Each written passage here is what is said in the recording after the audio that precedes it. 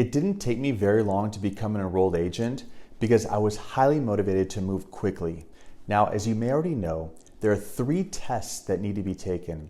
Part 1 is individuals, Part 2 business, and Part 3 is representation, practice, and procedures.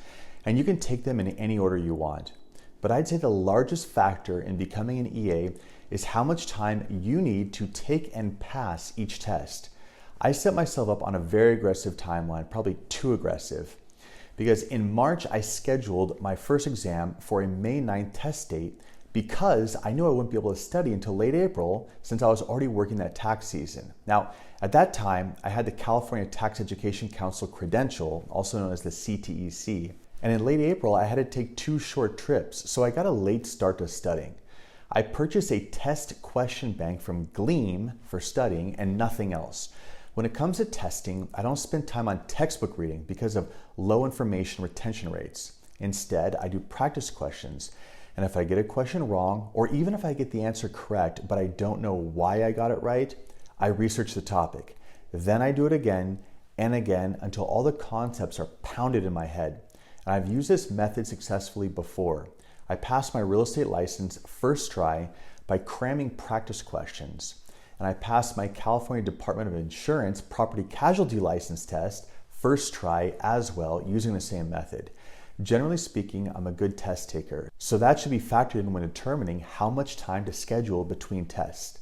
I read online strategies about which test to take in what order, but I think that's largely inconsequential because you either know the material or you don't. That said, if there is a topic that you feel more comfortable with, then you should start with that just for the simple fact it'll alleviate some of the anxiety and the stress of the experience because you'll be in somewhat familiar territory. My first test was on individual taxation, although I don't remember why I chose that subject.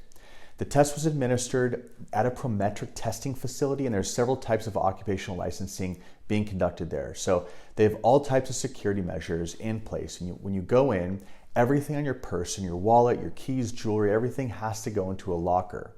And then when you check in for your test, they go over you with a detector wand. Now, the test itself is 3.5 hours, but they split it into 2 parts with a bathroom break in the middle. I was given a calculator, scratch paper, and a pencil and led to a computer lab full of other people taking tests. I signed in and I acknowledged the rules and the timer began. This is all taking place on the computer. And one of the rules is that when the first half of the test is closed, you can't access your answers during the second half. So if a question in the second half jogs your memory and you want to go back and change an earlier answer from the first half, you can't. You're out of luck. You're locked out of it.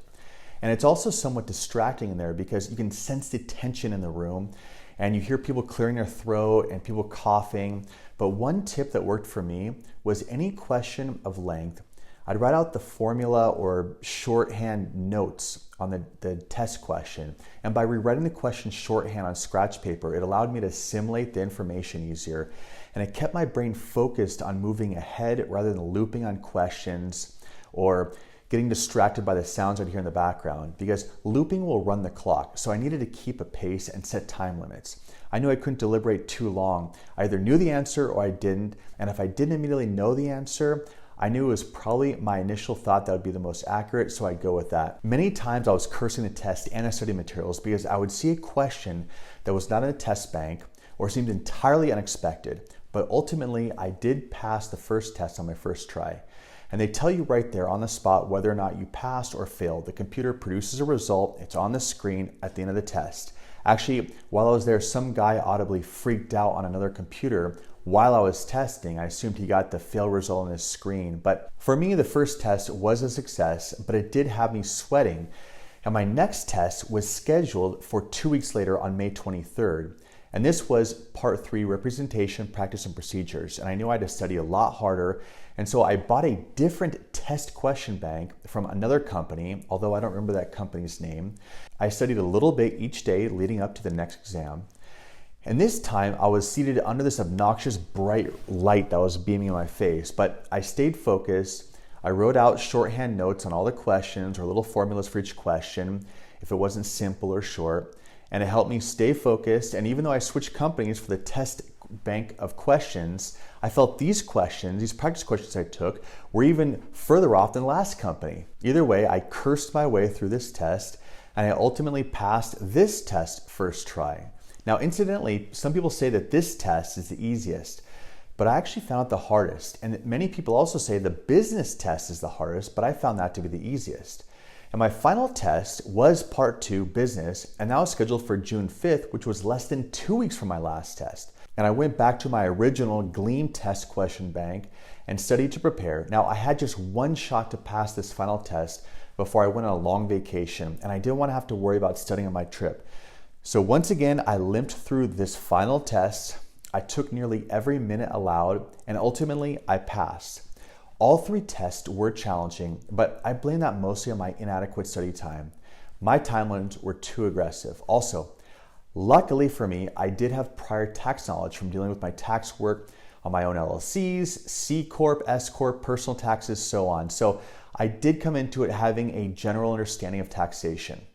Now, once I submitted my application to the IRS, it took about 6 weeks to issue my EA certificate. After the experience, I appreciate the EA credential even more because while passing the test doesn't mean someone is a supreme expert on taxation, it does show that the person has a solid knowledge base and understands patterns in taxation policy. For example, if I'm asked a tax question to which I don't know the answer, I'm already thinking in my head of a similar scenario, and I have a sense of how a tax agency would likely treat it. Then I can research to verify the official policy on the matter. So I think it really does merit credibility. If you have any desire to become an enrolled agent, I highly recommend pursuing it. Thank you for watching.